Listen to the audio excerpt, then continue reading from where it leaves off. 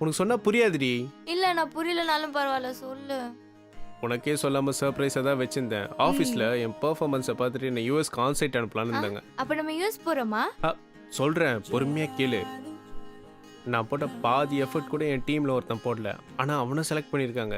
அந்த ப்ராஜெக்ட்டுக்கு நான் தான் டே அண்ட் நைட் ஒர்க் பண்ணேன். அவனுக்கு இருக்க அந்த திறமை எனக்கு இல்லை போல. செம்ம காண்டா இருக்கு. எனக்கு இந்த ஃபீல்டே பிடிக்கல. சரி விடு, நான் ஒரு கதை சொல்லட்டா? கதையா? அதெல்லாம் வேணாம். கேளு. ம் ஒரு ஊர்ல ஒரு ஆமையும் முயலும் ரேஸ் வச்சுக்கிச்சு. ம் அப்ப அந்த ஆமை ஸ்லோவா போச்சாம், ம். அந்த முயல் ஸ்பீடா ஒரு போச்சாம். நிமிஷம் நிறுத்து. இந்த கதை எனக்கும் தெரியும். நான் சொன்னதுக்கு இதுக்கும் என்ன சம்மந்தம்? ஆ, நீ ஒரு கதை சொன்ன, நான் ஒரு கதை சொன்னேன். கதை சொல்லலாம்.